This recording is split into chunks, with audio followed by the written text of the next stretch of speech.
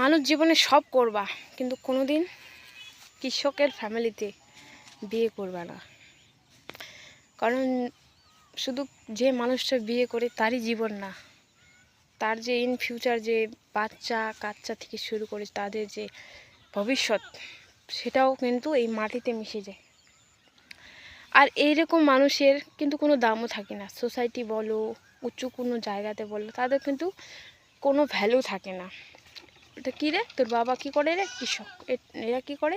কৃষক, খেতি কাজ করে, খেতির কাজ করে, আলু চাষ করে, ধান চাষ করে।